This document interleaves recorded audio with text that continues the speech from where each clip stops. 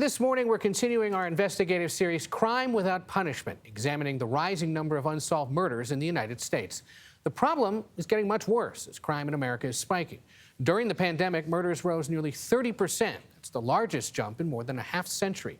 And then last year, the murder rate went up again. At the same time, the number of murders that have been solved is falling.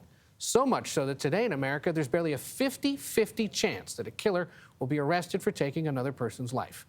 Our Jim Axelrod joins us now with more. Jim, good morning. Well, good morning, Ed. Understanding why fewer and fewer murders are being solved is difficult. It's challenging, complex. So that's why we spoke with Renee Hall, a lifelong cop, and for 3 years, she was the chief of police in Dallas. And she has a personal story that brings home the human cost of what an unsolved murder does to a family. I grew up without a father who was killed in the line of duty in a police agency in the city of Detroit. And his murder is still unsolved to this day. Renee Hall knows the pain of an unsolved homicide from both sides. The daughter of a cop shot and killed on the job when she was 6 months old. She became a Detroit police officer herself when she was 28.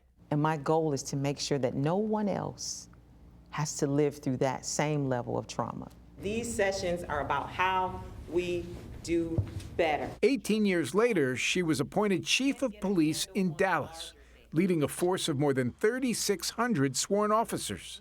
Hall told us that the pandemic and then the civil unrest that followed the murder of George Floyd tore apart the trust between her cops and the communities they serve. If this is a broken relationship, how do I go into your home when the homicide has been committed and say that I'm committed to you to solve a crime when you don't trust me as a police officer wearing the uniform? During Hall's time, murders spiked in Dallas, as they did across the country. But according to numbers from the Dallas Police Department, her detectives solved more than 70% of homicides. That's 20 points higher than the national average. One of the first things my team and I did, we met, and I told them I don't want to go to any community where we have great relationships. I only want to go to those communities where our relationships are challenged.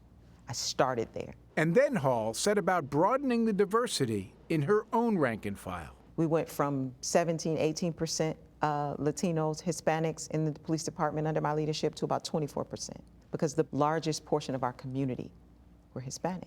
I want to show you, if you don't mind, we have the Rory Norman news conference. We showed Hall a press conference she held in 2020. Not only are we brokenhearted, we are angry. After gunfire killed a 1-year-old named Rory Norman in his own bedroom.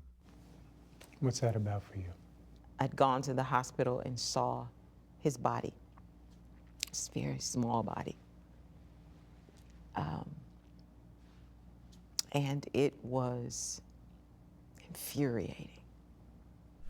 And this has to stop in this city. We checked with the Dallas Police Department, and 2 years later, there's still been no arrest made in the murder of Rory Norman. It's disheartening. How can that be? You know, if I had that answer, I'd be rich. There's some brokenness in the amount of guns that are on our streets. There's some brokenness in the relationships between police and the community. And so what are we going to do about it at this point? It takes work, and it takes owning where we are flawed, fixing it. Complicated problem, and fixing it is a complicated formula, Hall told us. Police departments need more resources, more technology, and greater buy-in from the communities where there is now mistrust. And only then, she says, can we even think about starting to reverse this half-century-long trend. But does she seem hopeful? It seems, you hear that and it's like, well, that's not going to happen. The thing is, what she has done, or did, when she was chief of police in Dallas, it hasn't been seen everywhere. She began to broaden the ranks in a way that mirrored the makeup, the diversity of the community that she was in charge of policing.